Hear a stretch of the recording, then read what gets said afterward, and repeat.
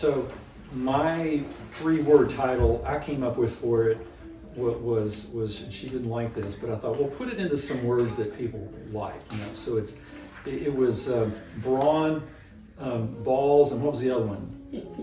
Brains, right? So all three of those. That was my 3-word title. So right. What are guys looking for in health as younger, older, wherever you are? Those are kind of things that are important to us. So really, she's ready to leave already. I think it's like, no, I'm just kidding. So that? No, it won't be that bad.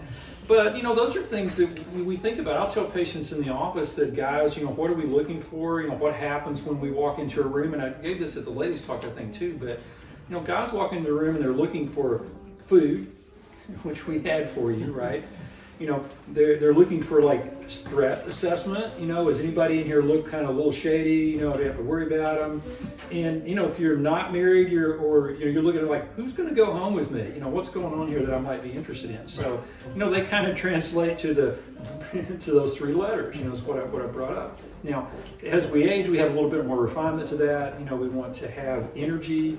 We want to have our brains work properly. We want good hormone health to be able to perform the duties of guys and have the energy to execute, be competitive, have decision making.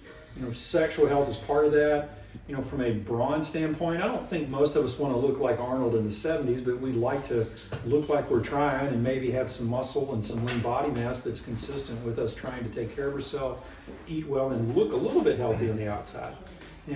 So the things that most commonly I have guys come into the office for are going to fall into those 3 categories. So it's going to be, I don't like the way my belly fat looks, or I'd like to, have my waist be smaller than my shoulders for sure, or waist to hip ratio be a little bit more consistent with the V. That's really what guys would like to have. Now, the good news is that all of these things kind of connect, to get your brain to work right, to make your hormones work right, to make your body look like you would like it to look, you need to do mostly the same things. Now, the big 3 things that we deal with are inflammation, in our life, just from how we eat and how we take care of ourselves. And one of the biggest drivers there is weight. As you're heavier than you should be, you want to think of that like a sponge of inflammation. So that body fat, especially that sits around the middle, is going to mean that you're also collecting body fat on the inside, which we would call visceral body fat, meaning it's wrapped around and in your organs. And it's going to predispose you to things like diabetes and high blood pressure. It also eats up your hormones. So if you're producing testosterone adequately, when you're rounder around the middle than you should be, it's literally eating your testosterone. And unfortunately, when it eats it, it spits it back out most of the time as estrogen. So, men have predominantly T and a little bit of E to keep us from getting in trouble, estrogen, right? Ladies, lots of estrogen, little bits of testosterone. So we need to have that balance maintained. And as those 2 levels get closer together, guys will literally feminize, meaning they become a little bit calmer, they kind of, aren't as aggressive, maybe they don't wake up in the morning with an erection like they did from about age 14 on through most of their life until their hormones got messed up.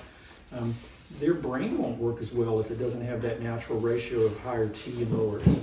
Now, if you strip all of the estrogen out, then you'll become road rage, whatever your wife does or the kids do is wrong, and you're just going to yell, scream.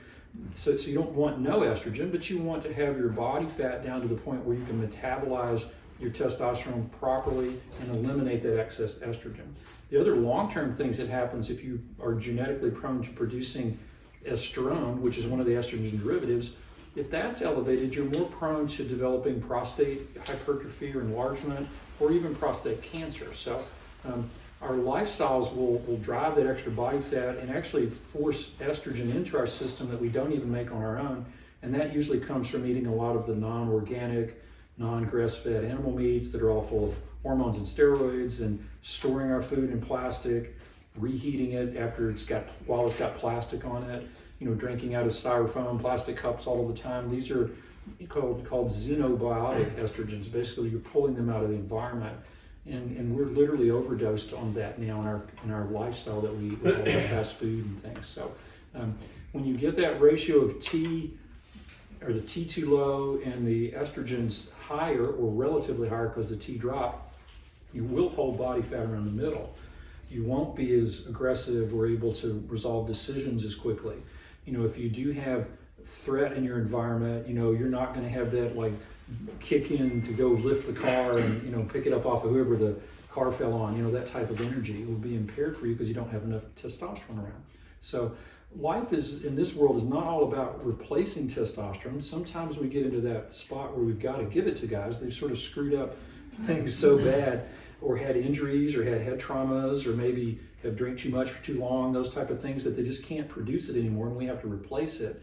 But in the world we live in here, we try to trigger you to produce your own testosterone.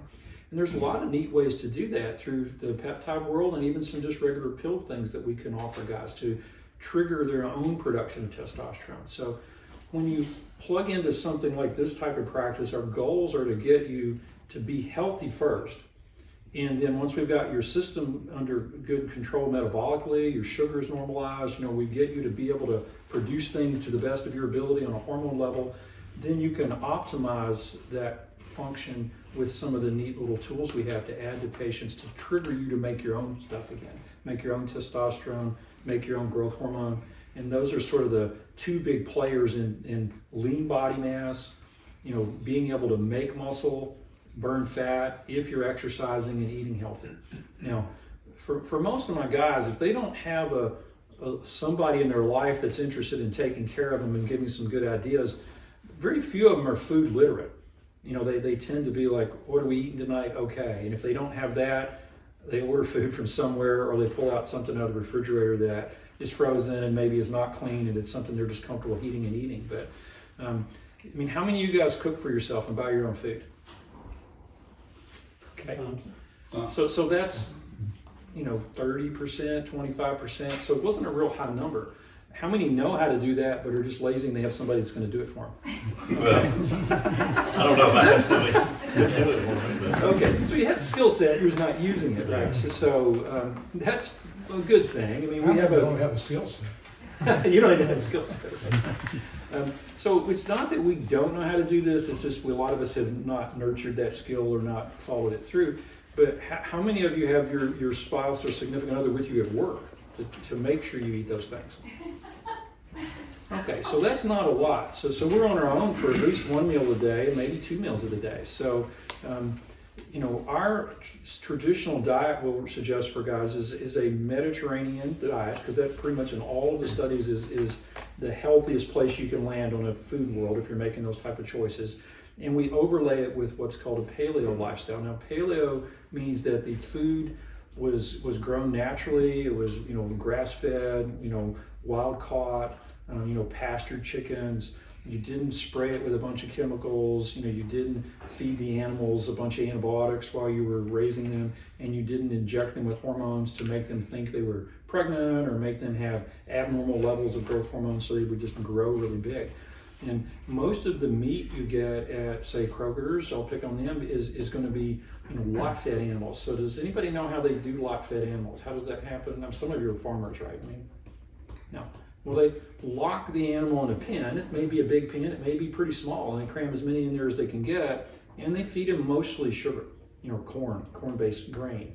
And so by the end of their harvest, where they're going to harvest the meat, you have an obese and a diabetic cow. Let's just use the cow. So, and they sell it, they do that because it's like sold based on weight. So if you're going to get sold at the cow market, you need to be fat and diabetic, basically. Now, the problem is that fat that they make is very inflammatory, and it transmits that fat omega-3 to 6 ratio to us in an unhealthy ratio, and it also transmits a lot of inflammation to us when we eat that way. So there is a reason to fall in that paleo world, is because the food you're eating is healthier, it's cleaner, and then your body doesn't have to spend all of the time trying to get rid of the junk that came with it, and it can use the nutrients that might be in there from a protein standpoint to help build lean body mass. When you get vegetables that are very thin-skinned, they absorb the pesticides that get sprayed on them. You want to have organic food, organically sourced food, grass-fed animals, wild-caught animals. Now, if you've got 8 kids like I do, that's really expensive. Okay, if you've got you and a significant other person or spouse, it's really not a whole lot more expensive when you add up your blood pressure pill and your cholesterol pill and your all of the things you get at the traditional world, because you had worked your way into a bigger belly than you shouldn't have and more internal body fat than you should have. Okay, so don't think about what the immediate thing costs. It's more of a long-term game. If you want to be healthy, you've got to feed good food to your body. You know, it's like taking diesel fuel and putting it into a Maserati. You know, I don't know if you've ever accidentally poured gas into your tractor that's diesel or the other way around. It doesn't look very pretty when you do it. And that's kind of the way your metabolism is when you try to put a fuel in it that your body's not able to process properly. So hormone health is also tied to sleep. So, I mean, how many of you guys still work every day or go off to the office or do things? Yeah. And how many of you stay up really late at night, either recreating on the television or looking at YouTube videos endlessly or doing your work? I mean, What's late? well, our hormones trigger at night when we're sleeping. You know, so your body really, we are circadian animals. You know, meaning that we have a routine that our body likes to follow, and it really likes to follow waking up, you know, shortly or around the time the sun comes up, seeing that light, letting that morning blue light trigger the appropriate release of our DNA unfurls at that point, that then transcribes all of the things we need for the day. And if you don't get deep sleep, then you won't wake up at the right time. You also, during the night, won't release all of the appropriate signals to make all of your hormones. They may be adrenal hormones, they could be testicle hormones, which is testosterone. You know, so deep sleep is necessary. As we, you know, try to build more hours in the day with artificial lights, and we play later in the evening to 12, 1 o'clock, end up with this 5 or 6 hour window that we may feel like we slept, but our body still really likes, most of the research we look at, somewhere around maybe 6.5 to 8 hours of sleep. You know, as we get older, we need a little less, but how many get 8 hours of sleep every night? Okay. How many of you guys are retired? Okay. All right. So 50-50. I'm jealous, you know, but you're doing it. That's good. You know, how many get up when the sun comes up and kind of go to bed maybe by 9 or 10 o'clock? Okay, good deal. You guys are winning so far. I'm not going to age. What do you call it? How would you like, you know, shame you or whatever? I'm not going to age shame you, but maybe it gets a little better for us as we don't have to get up and go to work every day. But you know, getting sleep is super important for you to make healthy hormone levels. So, and the other thing that happens, your brain at night. You know, moving on to the cognitive side of this.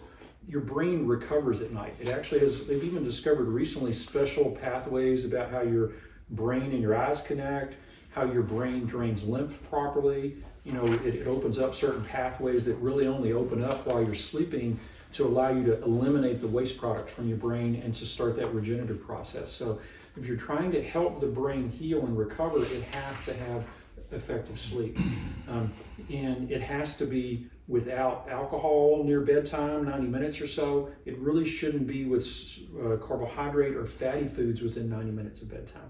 So who still succumbs to the like ice cream after dinner thing occasionally around here? I mean, I'm gonna, yeah, right, or carbs or something like that. But when you, right, if you throw in sugar, fat, or alcohol in that window of 90 minutes before bedtime, you're basically natural signaling or triggering hormones that release to tell your body they don't do that. You know, so you just turn them off. So if you've eaten all day long appropriately, you went to the gym, and you're trying to get your good sleep, and you have that nighttime snack or nighttime shot of bourbon, you just blew it. And that's kind of like what I see it as is I'll fast during the day at work. You know, I don't eat any calories until my evening meal 3 or 4 days a week. So I won't eat any breakfast, won't eat lunch. I use some things called ketone esters, which give you a little bit of energy and brain energy to keep going. Now, I have a sedentary job, so sitting in front of my computer and talking to people does not burn a lot of calories. Now, if you work out in the field and lift and carry things, you can't do that oftentimes. But, you know, if I fast all day long and I get home and all my boys are there and all the kids are there and they've literally like locusts stripped the kitchen of all known food, you know, if I don't have calories, I'll go dive into the cabinet and find a bag of chips and just pass out on it. You know, so I've wasted my effort. You know, so it's no different than if you go to the gym, eat right most of the day, and then have that ice cream or whatever it is right before bed, shot of bourbon. You just wasted your effort. So I can give you things to make you make testosterone, make you produce your own growth hormone.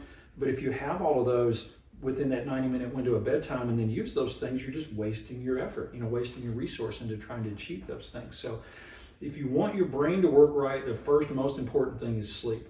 in recovery, because that's when your brain heals. Now, the other part is sleep apnea.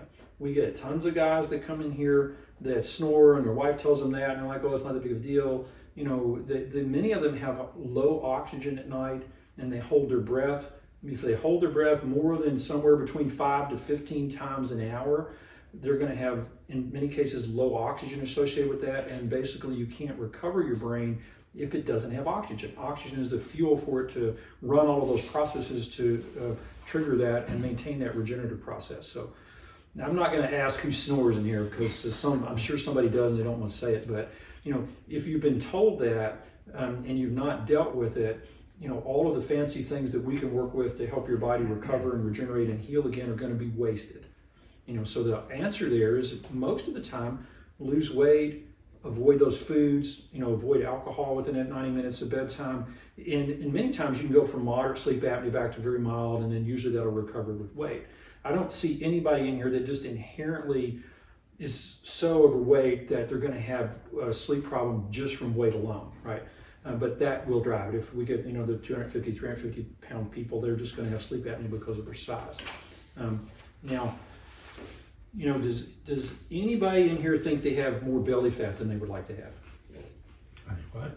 Right, everybody does, right? Right, a little bit. I mean, even if you're pretty close, you know, you're going to want to lean out, because that's the one thing when you finally get to go to the beach, you're at the pool.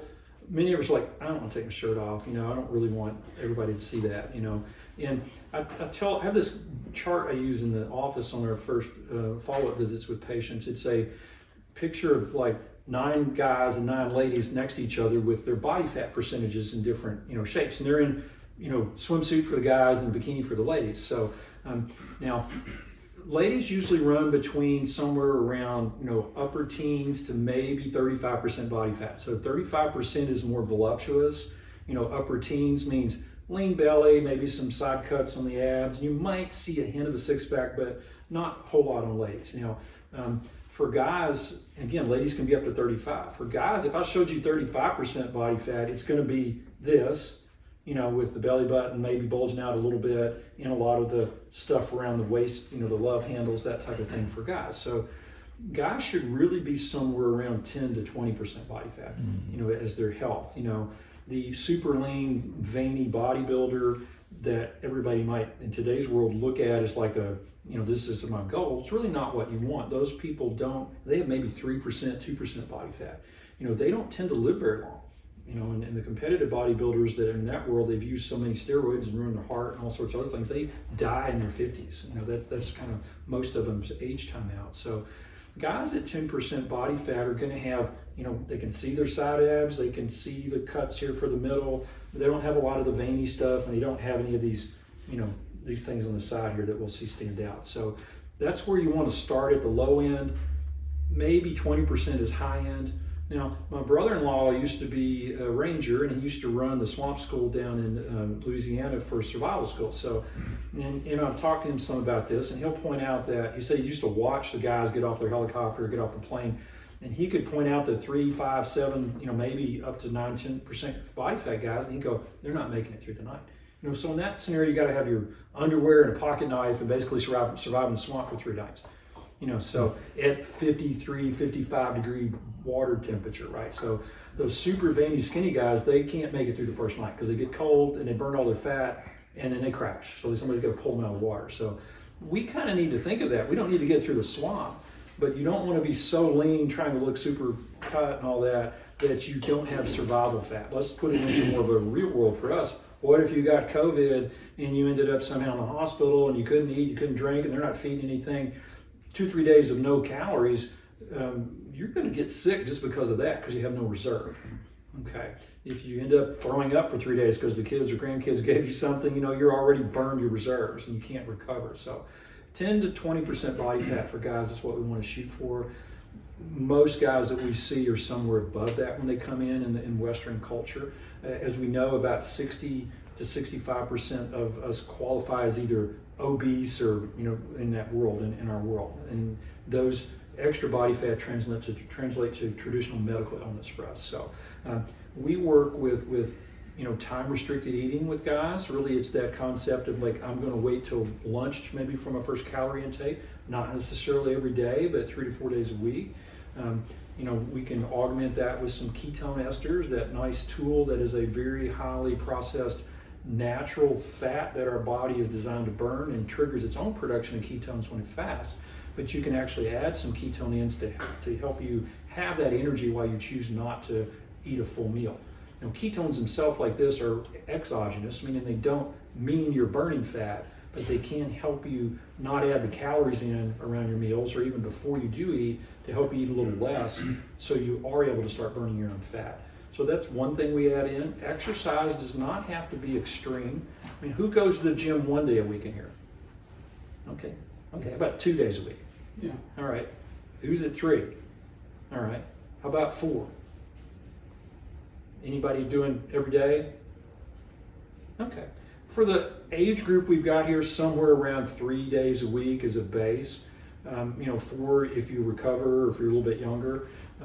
You should have mixed exercise, meaning you're doing some aerobics and some strength training.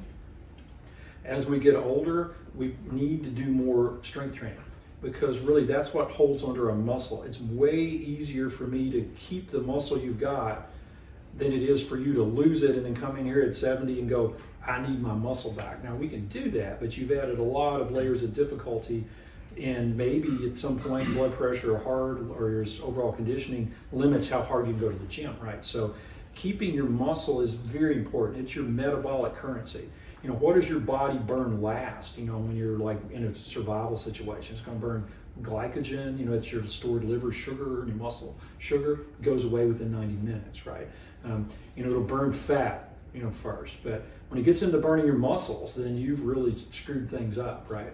And that's if you've ever unfortunately seen pictures of refugee camp victims or things, you see zero fat, all bones, and just a little bit of muscle. That's all it's left, but it's the last thing it's holding on to because that's the last reserve you have. So you want to maintain that muscle. It also translates to, and you probably have relatives that have gone through this, they fall down and they can't get up, or they're too weak to get up off the floor. They can't stand up off the toilet because they've lost so much muscle and mass that they can't push their body up off of that toilet. And that's why they got to get the high riser, so they don't have to go all the way down. So you guys have to start working on maintaining muscle. Now the bad news is that because your hormones are low and your growth hormones tanked after age 35, you may go to the gym 5 or 6 days a week, on and on, nothing happens. So just from an age standpoint and some inadequate sleep or maybe putting that sugar, alcohol, fat in your bedtime, you're no longer triggering your hormone release. So you go to the gym and nothing's happening. And then you guys get frustrated and they go, well, I'm not gonna go. Nothing's happening to my body despite this effort. That's really where regenerative type therapy like we do comes into play, and giving you things to allow you to produce your own growth hormone like you did in your late 20s, mid 30s will just alone make your cells work more efficiently, will make you metabolize your calories more efficiently. And if you do put the effort in at the gym, you'll see the results faster. It tends to engage guys when they see that, well, hey, something happened. I'm going to go back again now. Whereas that traditional 60 to 90 days, nothing changed, I'm done with this. It's not going to work. You have to tie nutrition with that. And it means adequate protein intake, moderating your carbohydrate intake, which falls into that Paleo Mediterranean type of lifestyle, and then using things like creatine, which is a very potent muscle and brain enhancer and methylator. So nutritionally, if you don't add the bricks in, then you've added the hormone in, but you didn't add the bricks. I think of it like I've got all of the workers here, I've got the truck out here, but nobody brought the aggregate. It's like, so you pour a bunch of wet, mushy concrete, nothing's going to happen. So you have to have all the pieces in place at the same time for you to make muscle and build muscle and make yourself achieve those goals you might want to achieve. So pretty much everybody here, barring that I'm seeing, if you eat right, you get good sleep, you have a nutrition piece dialed in, and you've got your hormone production optimized, and our goals are really to help you optimize your own production. There's a lot of places you can go that just testosterone everybody gets right off the bat. Sometimes you have to do that. You may have, again, screwed things so bad that you just can't make it anymore, right? But for most guys, that's not the case. They can produce their own hormones with certain things that trigger you to reproduce them again on your own. Sometimes that translates to after 6 months or a year, we can back off of that support, and now that you've eaten right and you're sleeping right, you'll be able to make your own. Sometimes, again, you've messed it up enough that we have to leave you on some things to do that, and that's testosterone. The growth hormone piece, for most guys, and really people, very few of them after age 35 are going to naturally produce enough of their own to maintain a lean, healthy body mass. It's just age times out at that point. People ask me about this, why? I'm like, well, 500,000 years ago, we didn't live past 35 or 40. Everybody died, so it's kind of irrelevant. Now we work through 40s, 50s, and 60s, and even 70s sometimes, and we finally get to that point in our life where we want to maybe enjoy that, and we've got no testosterone. We're on 12 medicines from our traditional physician because we've sort of ate ourselves or unexercised ourselves into that spot, and we don't get to enjoy life as much as we would like to because we don't have the energy. You don't have libido, you don't have performance, you got where to put my keys, I can't remember your name, although we went to high school and grade school and kindergarten together, that type of thing that happens as we get older. Now, who in here thinks they would like to lose a little bit of fat? Everybody, right, absolutely. Now, the thing that happens a lot of times is because we metabolically, as we age, our cells basically aren't able to assimilate calories properly. We eat too many calories. America is essentially overfed. If any of you have been throughout the world and looked around, America, and I think Germany's pretty close, but if you want to go see overweight people, those are the places to go. And we kind of get made fun of sometimes in other parts of the world because of that. Everybody, if you don't open your mouth and go to some other country, probably they're going to know you're American just because of the way you look. And that's kind of embarrassing, I think, for us as a culture to have achieved that. Now, maybe we earned it in some of the things. We've got a very wonderful place to live, but, affluence kind of translates to overfeeding, unfortunately, right? So, and even though you may not think you're affluent, if you compare yourself to someone who's starving in Northern Africa, you're pretty affluent, so they may not get to eat 3 times a week. We get to eat. My kids taught me this during COVID, is I did not realize that you can dial on the phone and pretty much any restaurant within a 25-mile area will drop food at your house, drop liquor at your house. It's just crazy, that it's convenient, but it's probably led to that overfeeding. Now, and when you overfeed with unhealthy calories, then you end up with some of the health problems we get as living in this country. So belly fat is if your hormones are correct, you're sleeping so that your cortisol, adrenal stress hormones are not overdone. You modulate your hormones with some of the tools you can use in a regenerative type practice.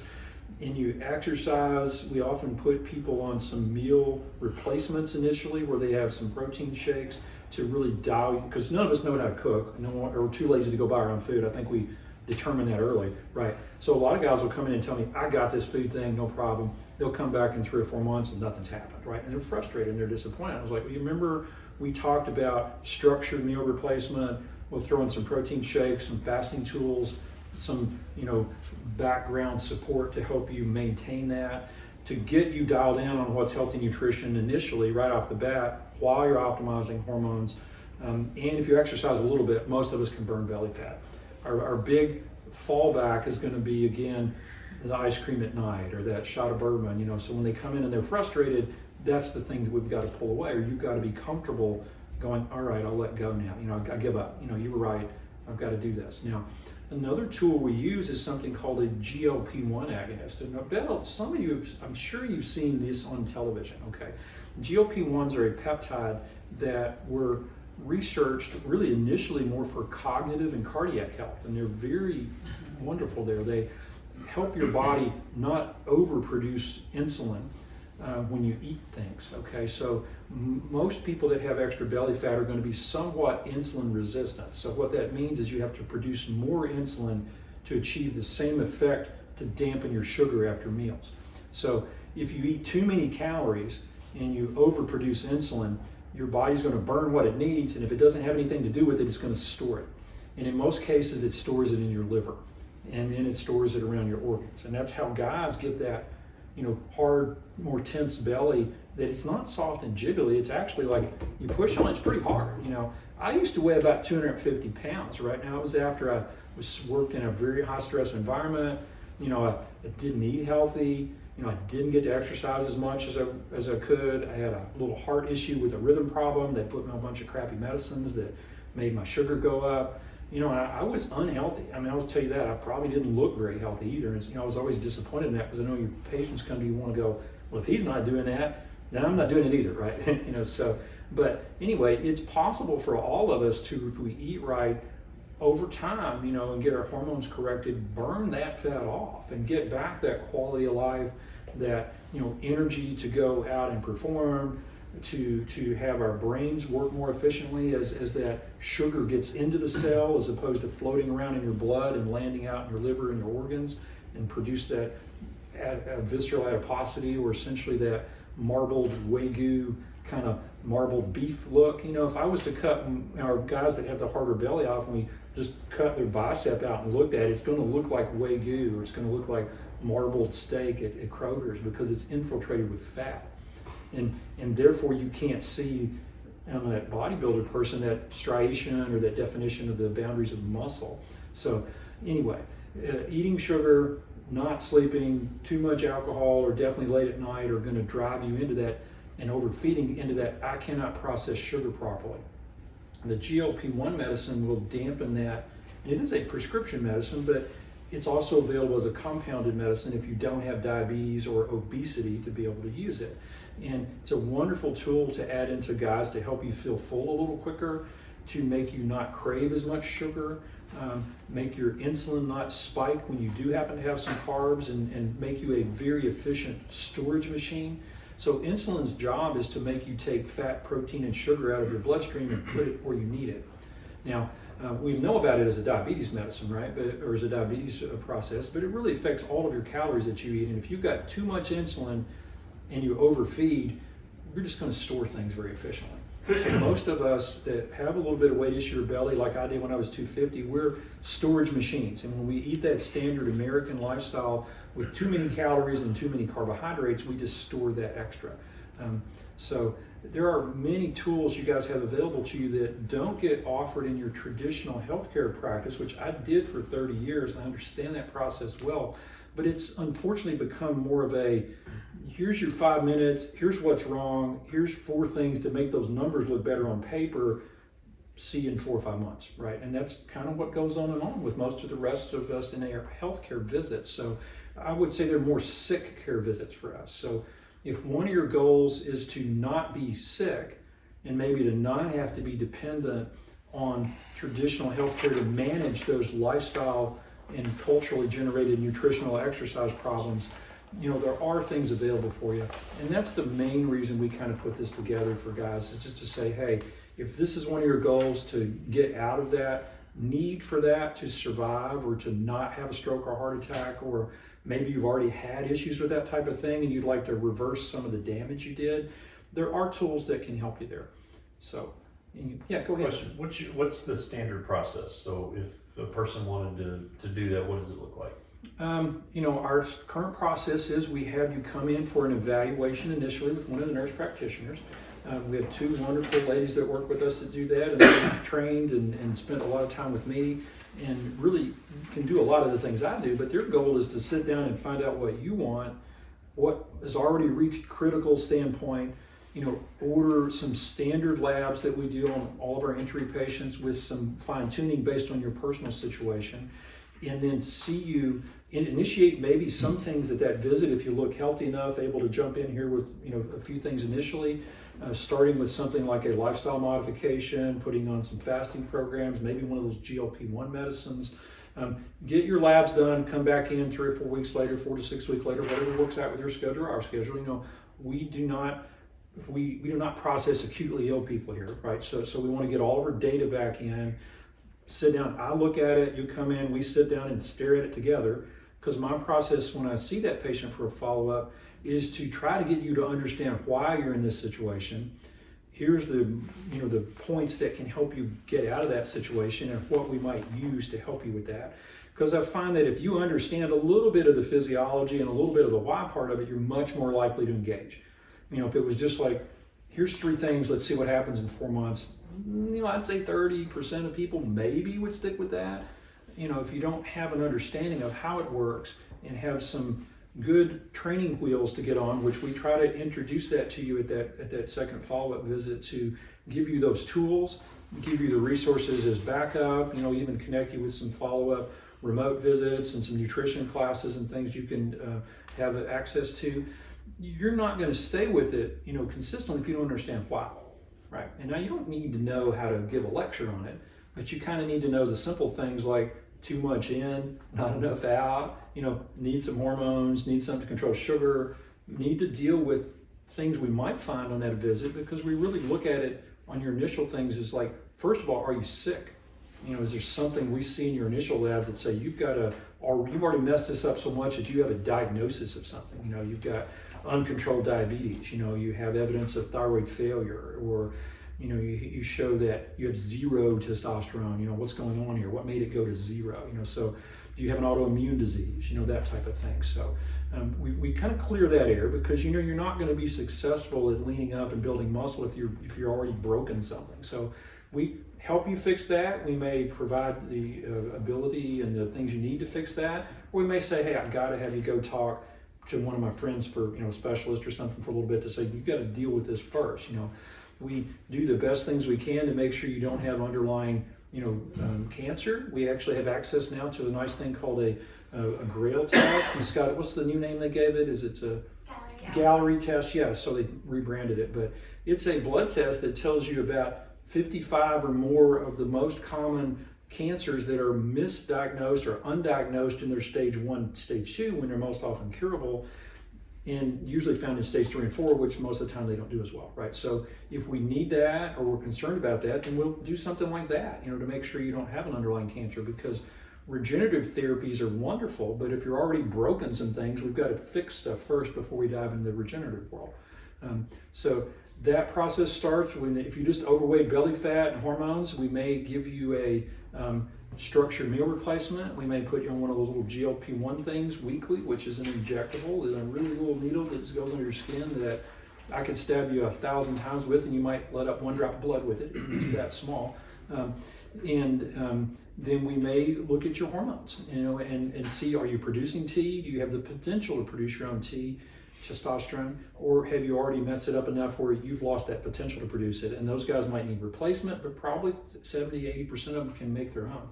And I always tell patients that when we use growth hormone support, if we find out you're not inflamed and not sick, that's like shrink wrap, okay? It's like as you're losing weight, and you can build some muscle and have your skin tighten in a little bit, so you don't end up, who's seen Austin Powers, with the, what's his name in there, the fat bastard? Have you ever seen that, where he's, right, he loses all his weight and he looks like a raisin, so nobody wants that look, but. Maybe talk a little bit about how genetics play into, and epigenetics. Yeah. Well, epigenetics are really how your body turns on and off genes to change which things you make, which things you don't make, okay? The most effective epigenetic modifier is really your diet. So if you're overfeeding, overeating, eating too much sugar, you're going to turn on the wrong genes and suppress the good genes, okay? So how we look at, maybe some of those common ones, and understand how they're affecting where you are today, and maybe helping head things off with the past. Sure. There are the common long-term things we're going to look at. First of all, would be like an ApoE genomics. It's old. It's one of the first genes we found that was significantly correlated with dementia, right? Now, there are more expensive and more specific tests for dementia using your genomics, but they're also very expensive still. So we start off with the ground floor, which is an ApoE genomics that can tell you whether you can get by eating fat, protein, and sugar in different amounts, and it's not going to affect you, or should you be a low carb, high protein person, kind of put you into that category, and help you make that decision with some hard facts, not just everybody gets a low carb diet. To lose weight, you might need that, but after you've lost your weight and got in better shape, maybe you can liberalize a little bit, add back in a little more healthy grass-fed meats and things like that that might be healthy for you to tolerate after you've reached your metabolic goals or weight goals. Now, we look a lot at methylation genomics, because most of the really, really expensive tests we do for risk for cancer, risk for dementia, they are literally looking at how efficiently your body methylates, adds a methyl group to turn a gene off, essentially, in most cases. So that is an ability that's driven by what's called MTHFR genomics. So, those genes that we look at to say you've got cancer or got some high risk for things, if you don't have the gene that tells you how to methylate work properly, you need to replace or support that often with some nutritional, just essentially vitamin type of things to bypass some of those difficulties you have methylating. It's not as simple as MTHFR bad, more methyl vitamins, but it's a neat way to look at that and get a sense of how well your body functions in that area.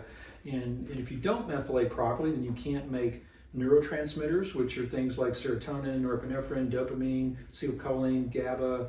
These are how your body balances mood, helps control satisfaction, happiness, appetite, those type of things, how it detoxes, how your gut bacteria remain healthy and are able to process toxins or make the things your body needs from an immune standpoint and help balance that immune function standpoint. So, methylation is very broad. If I stuck the methyl cycle up on the wall as one little circle, everything it touches would fill most of that wall and other chemical pathways. So, yeah.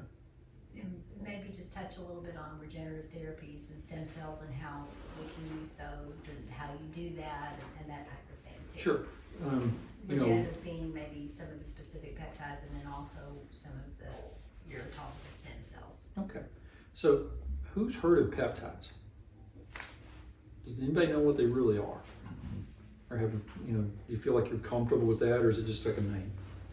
So like Chevrolet or something? Well, protein is a long string of amino acids. Okay, so our body makes large proteins, but then it kind of cleaves them down or peels people's sections off of that long chain of amino acids into small signaling molecules that are usually 40 amino acids in the chain or less. Those things are called peptides. And they go out to the cells and they will trigger them to either signal growth hormone production, maybe signal collagen cross-linking. Those are just a couple of simple ones. But they really are these cellular signals that go out and tell the body what to do.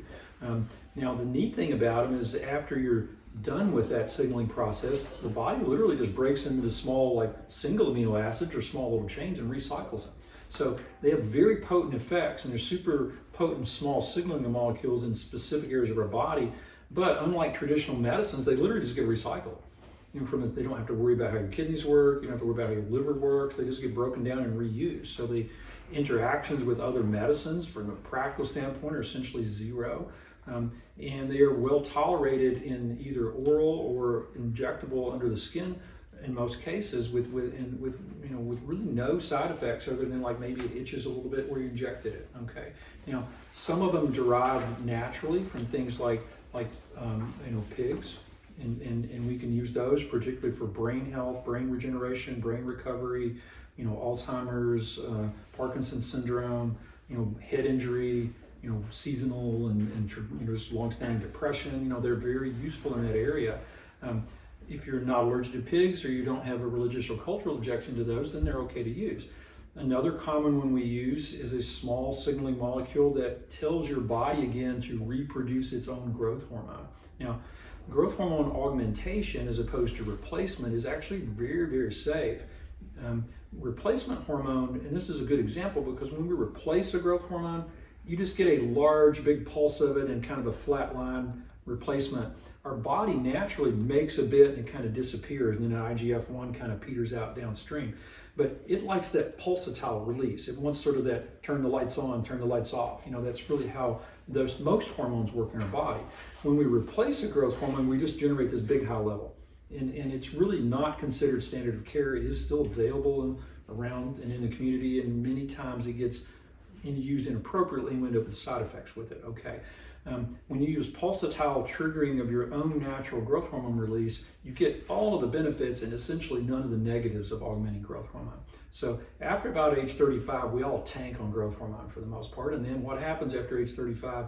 You remember that picture where you got a baby and you got a teenager and then you've got the grown adult, maybe holding the kid's hand, and then you've got the sort of leaned over a little bit older person, and then you've got the one with the cane, you can't even stand it straight, right? So what happens to us after 35?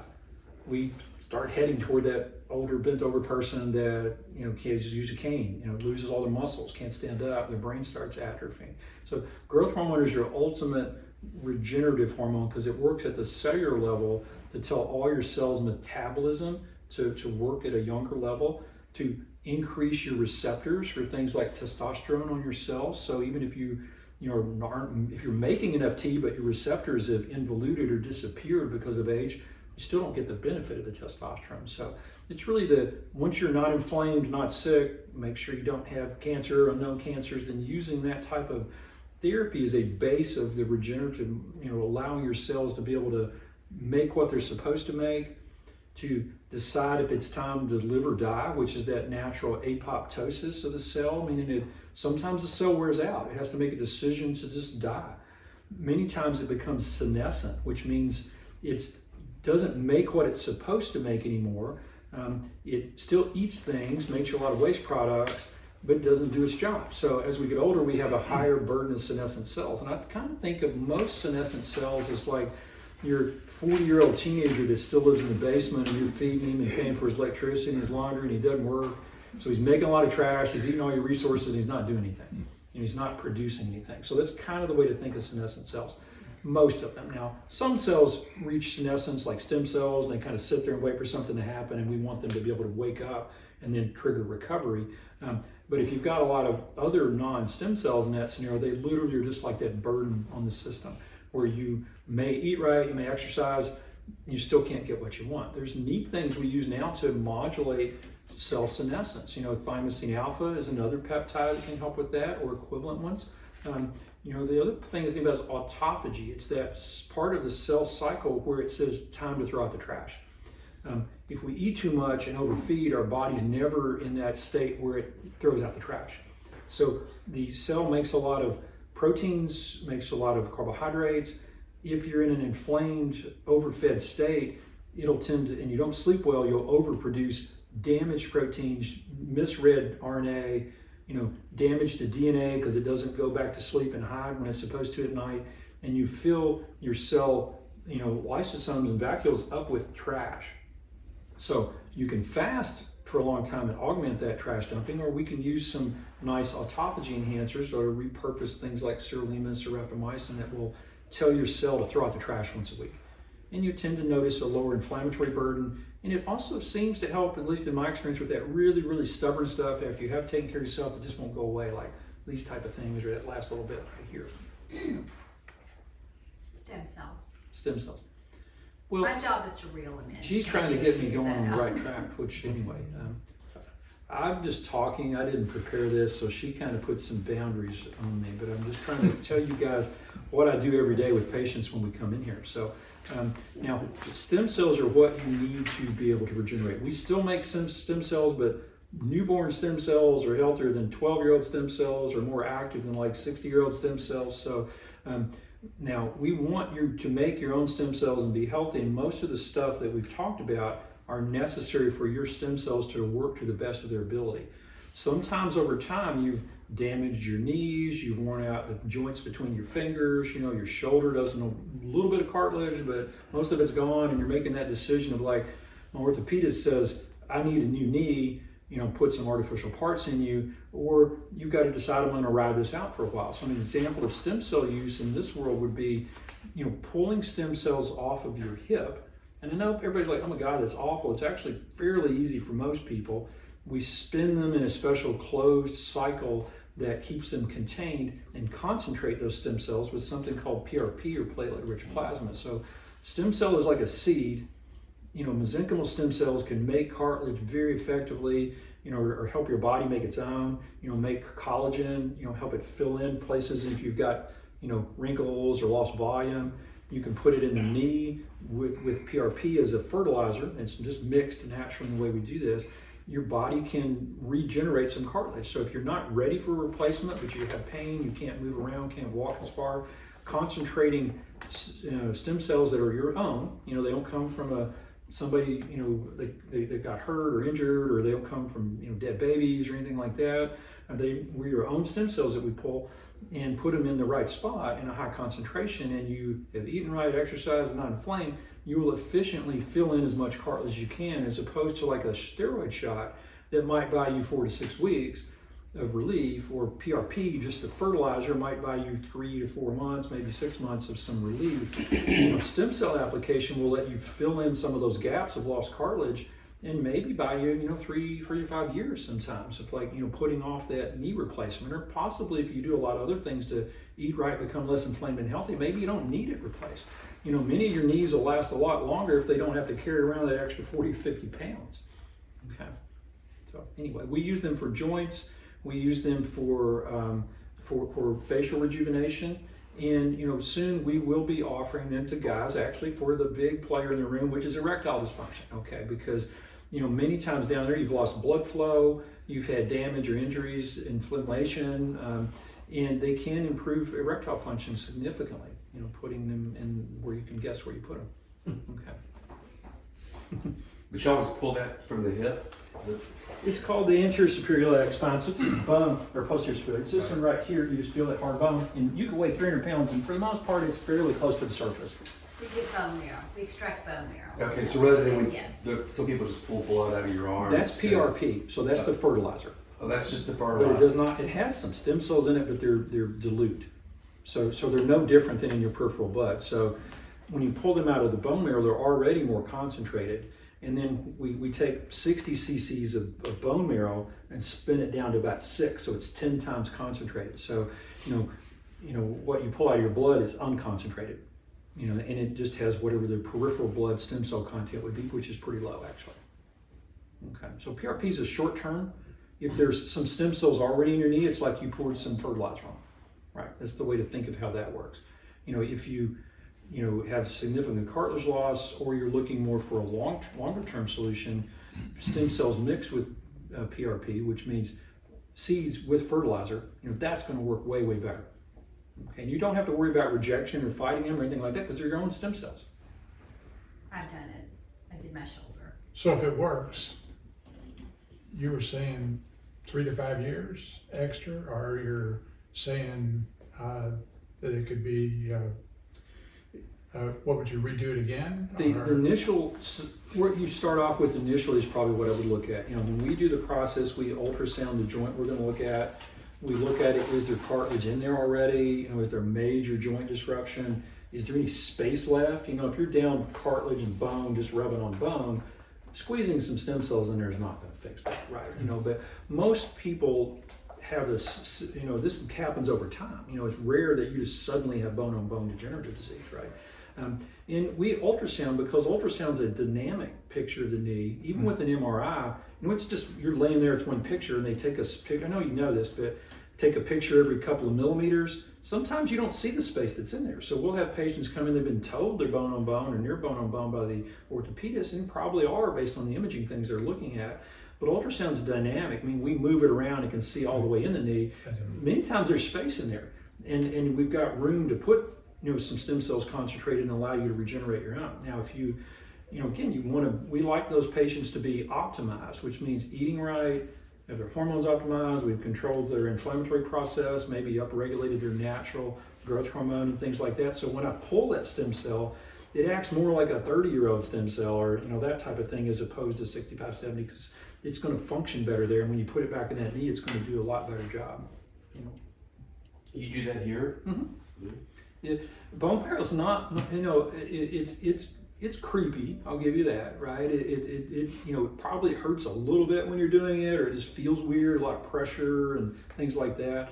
But people recover in a day or two. This is not something we have a lot of downtime. In fact, we'd like you to be up on your feet and moving around as soon as that sort of acute inflammatory response within a day or two is resolved. And we want you to be using it. So there's not really significant downtime with this for 99% of people. In fact, if you have trouble with that, then we actually send you to physical therapy. I can't move it, it's already pretty bad. We go to PT and let them kind of get moving around on it. Is that a progressive recovery Can't hear what she said. Is that progressive recovery? over time?